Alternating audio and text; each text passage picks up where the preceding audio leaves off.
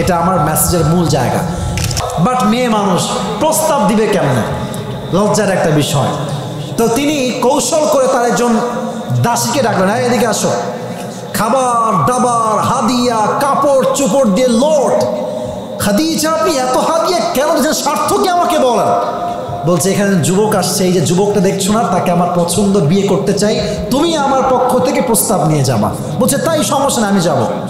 ঠিক কয়েকদিন পরে খাদিজা দাসীকে পাঠিয়েছে নবীজির ঘরে, এসে নক গেটে, কোথায় মোহাম্মদ, আছো নাকি, গেট খোলো। গেট খুলেছে, প্রথমেই গ্রিটিংস, সালাম, অভিবাদন শেষ, কথাবার্তা চলছে, খাদিজার পক্ষ থেকে প্রস্তাব নিয়ে আসছে। তবে বলতে লজ্জা পাচ্ছে, মহিলা মানুষ তো বলতে লজ্জা পায়। তো বলছে যে মোহাম্মদ, কৌশল সিস্টেম দেখেন, মোহাম্মদ একটা কথা বলবো, মাইন্ড করবো না তো, রাগ করবো না তো, বলেন কোনো সমস্যা, বলেন কি বলবেন।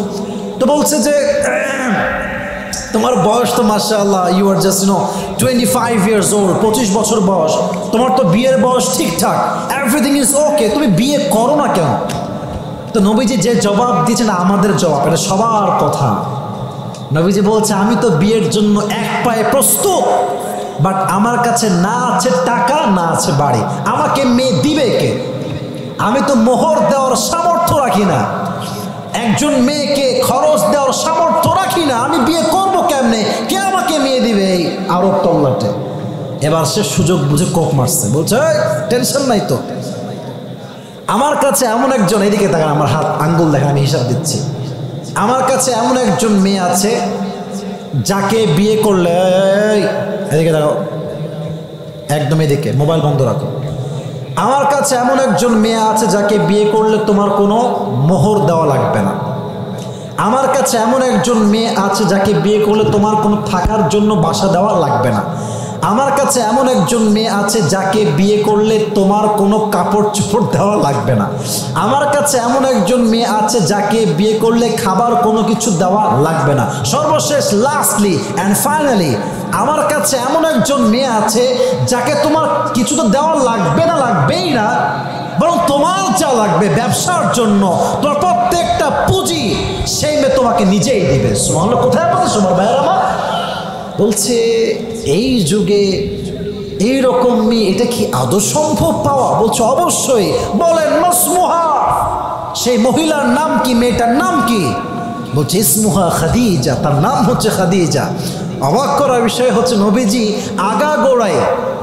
আগাগোড়াই খাদিজাকে পছন্দ করতেন বিয়ের জন্য, বাট তিনি কোথাকার কোন ধনীর ঘরের দুলাল, আর তিনি সামান্য মধ্যবিত্ত পরিবারের সন্তান, প্রস্তাব দিবে কেমনে?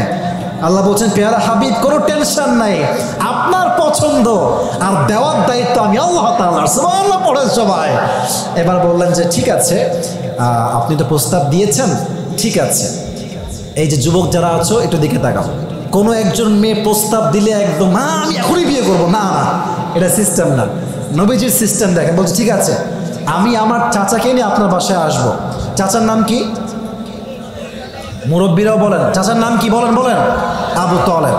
চাচাকে নিয়ে আসছে, বিয়ের ডেট তারিখ ফাইনাল, প্রেসাইজলি শর্টকাটে বলছি, বিয়ের ডেট তারিখ ফাইনাল। মাশাআল্লাহ, বিয়েও হয়ে গেল। বিয়ের জন্য মোহর লাগবে, কি দেওয়া যায় মোহর? 20টা উট দিয়েছে মোহর খাদিজাকে। এখন বিয়ের সময় যে মেহমানরা আসছে, অলিমা লাগে না, খাওয়াইতে হয় না? কথা কন, খাওয়াইতে হয় না যুবক ভাইয়ারা? কি খাওয়াবে? খাদিজা বলছে আমার যে 20টা উট মোহর দেওয়া হয়েছে, এই 20টা উটকে আমার বিয়ের ওয়ালিমা হিসেবে এখনই তোমরা জবাই করে ফেলো। সব জবাই হয়ে গেল, বিয়ে হয়ে গেল, বাসর রাত। এটা আমার মেসেজের মূল জায়গা। ডান পাশে নবীজি বসে আছেন, বাম পাশে খাদিজা বসে আছেন। খাদিজা বলছে একটা প্রশ্ন করবো, আপনি রাগ করবেন না তো? বলছে বলো, কি প্রশ্ন? বলছে আপনি কি জানেন যে আপনার মতো এরকম শ্রেষ্ঠ পুরুষকে, এই জাতির শ্রেষ্ঠ সন্তানকে, এই যুগের শেষ নবীকে আমি আমার স্বামী হিসেবে কেমনে পেয়েছি?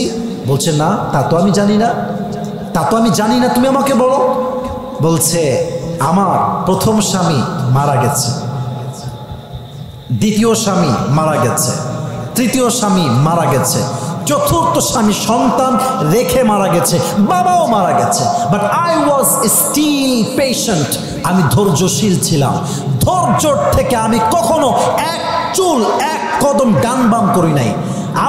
এই ধৈর্যের গুণের বিনিময়ে আল্লাহ তাআলা আমার মতো একজন বিধবা নারীকে সর্বশেষ নবীর প্রথম বউ হিসেবে কবুল করে নিয়েছে।